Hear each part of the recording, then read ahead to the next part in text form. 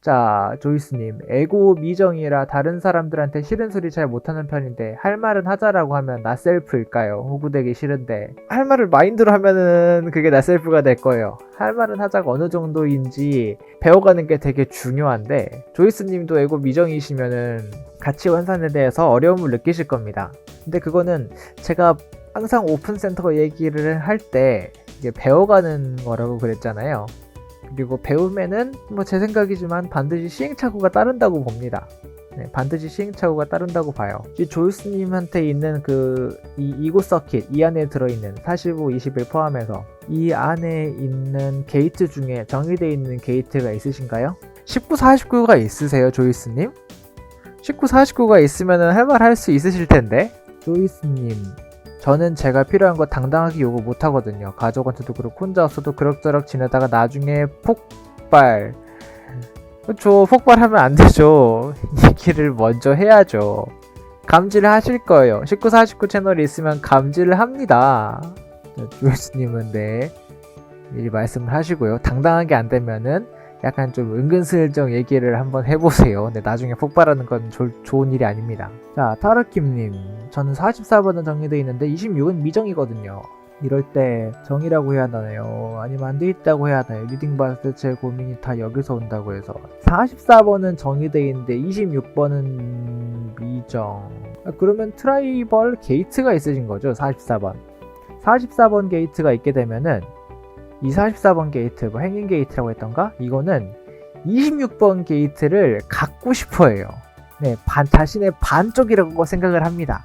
저 26번만 있으면 내가 완전해질 것 같아요. 굉장히 완벽한 사람이 될 수 있을 것 같습니다. 또 약점이라고 느끼는 것도 사실입니다. 없는 거니까요. 44, 26 채널은 뭐 그런 식으로 돌아가고요. 다라킴님이 생각하시는 그런 고민과 그런 압박감 이런 것들은 다 행인 게이트, 나한테 없는 것을 찾고자 하는 것, 여기서 온다고 보시면. 자, 알레프님 26, 44 전 타임인데 정작 백수 어떡하면 좋습니까? 아직 세턴 전이라면 좀 더 기다려보시는 건 어떤지 하는 생각도. 그쵸, 26, 44번 있는 분들은 영원히 백수일 수가 없어요. 혹은 백수라고 해도 말이 백수지 이것저것 하는 게 많습니다. 이것저것 걸친 일들이 많아요. 조금씩 들어오는 돈이 있다든지 그런 식으로. 오늘 트렌즈 때문에 37, 40번이 생기셨어요. 37, 40번이 트렌즈이 생기셨다. 그러면 갑자기 없던 그런 뭔가 한 몫을 챙기고 싶어져요. 트라이벌이 없다가 이렇게 트렌즈 같은 걸로 생겨나면은 갑자기 이게 막 뭔가를 내 몫을 막 챙기고 싶어진다든지 혹은 이제 스킨십 같은 거 이제 뭔가를 직접 피부에 닿고 싶어하는 그런 압박감이 생깁니다. 심지어 제가 섹슈얼 스트림에서도 얘기를 드린 건데 40, 37 같은 경우에는 자신의 성을 금전으로 환산할 수 있어요. 그 성추문 사건이 터졌을 때 어떤 트라이브를 갖고 있는 지인이 저한테 하는 말이 그때 돈을 많이 줬으면 말 안 했을 거라고 이렇게도 말을 하기도 합니다. 자, 치열님 21밖에 없으면 45의 지배를 받나요? 아니죠, 당연히. 자, 22일 같은 경우는 이게 내가 통제를 싫어하는 거예요. 45번 같은 경우는 제일 큰 조각은 내 거여야 돼요. 21밖에 없으면은 45번과 있을 때 굉장히 좋은 이끌림을 느끼겠죠. 왜냐면 21번은 통제를 받지 않는 거. 근데 이 통제를 받지 않으면 반드시 나한테 좋은 아웃풋, 좋은 결과물이 떨어질 거라고 보장은 못해요.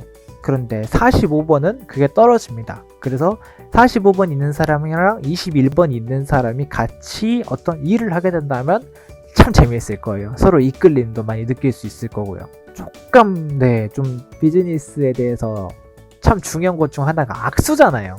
이 악수는 단순히 그냥 쇼가 아니에요.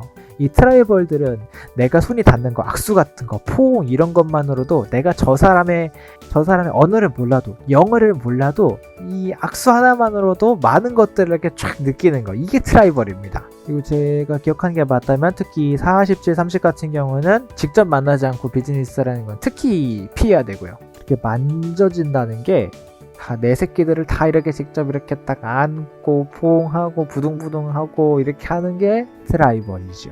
자, 치열님 생각해보니까 친구가 45이고 21인데 치열님이 21인데 친구 관계에서도 제가 그룹을 통제하는 느낌이라면은 그 친구가 사람들을 모으는 느낌이에요. 근데 제가 큰 조각이라는 것을 더 가지려고 하면 서로 껄끄러운 느낌이 있는 것 같아요. 그럼 큰 조각은 어떻게 분배해야 올바를까요? 내적 결정권에 의해서 따르시면 됩니다. 일단 조각을 분배하는 것은 치얼님한테 중요한 건 통제하는 거예요. 남의 통제를 받지 않는 겁니다.